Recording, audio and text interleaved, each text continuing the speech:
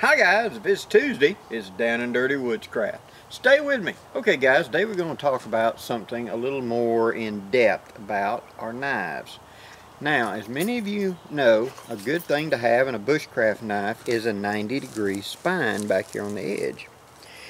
But in doing that, we want to keep this 90-degree spine sharp. And using a ferro rod is a good way to dull that 90-degree spine. So let's become a little conscious of it. Now let's talk about that 90-degree spine for just a second. Okay, I'm wanting to strip bark. When I grab it, notice where the edge is I'm going to be using. That's this first 2 inches right here. I'm sitting there and I'm going to bear down and I'm going to shave off bark or whatever. I've got it down on a place and I'm scraping down to it. It's going to be this first half of the blade. So therefore I want to keep that first half of that blade reserved for that. I don't want to do anything to round it. Okay? So don't be beating and banging on metal tent stakes with that edge, because I'm going to beat and batter it to where it doesn't want to work that well. And if I'm going to be using a ferro rod, I don't want to use that edge either. But when you get out here the tip, it's a little awkward. Now, for scraping on the back, yeah, I can do that pretty easy. But it's what part and how I'm doing it. Okay? So, I don't ever want to use my sharp edge for a ferro rod. So how and where do I want to do it? Well, that's this tip up here, about a 1/2 inch behind the tip. For my usage, that part rarely ever gets used because it's so far away. If I'm going to scrape, it's going to be up here, see? For wood or shavings or fat wood or etc. It's this half of the blade right here. This tip up here isn't used. So, remember that trick I showed you recently of sticking it in the block? That's where we want to use it. So, let me show you. Okay.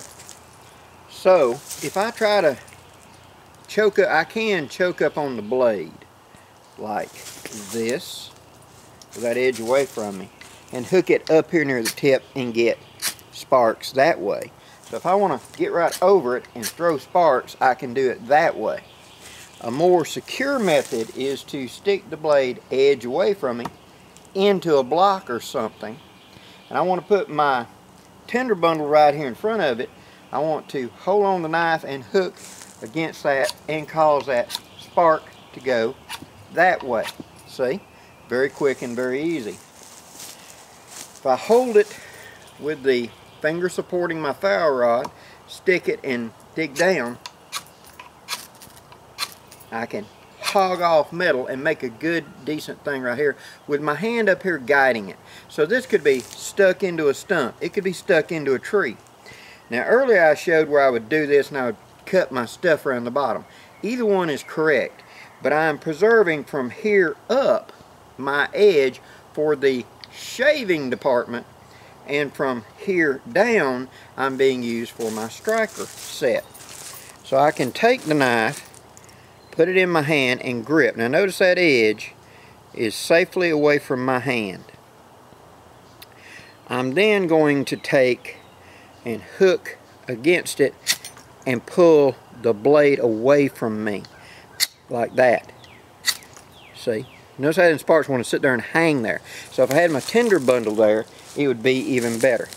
Notice how it also smokes up that blade, because I'm making a good strong ignition right there and it's doing that. But I can also now feel that edge. Feel I've kind of rolled that edge just a little bit because of that metal rod going over it.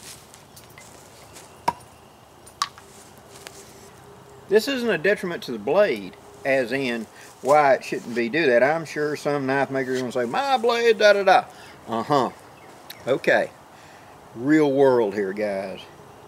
If I take any piece of metal that's in any kind of hardness that you'd want a knife out of, short of a 80 or something like that, cold chisel, and I start grinding a metal rod on it, which I don't know what the hardness is on these, but it's at least a 20, 30, or 40, you know what I mean?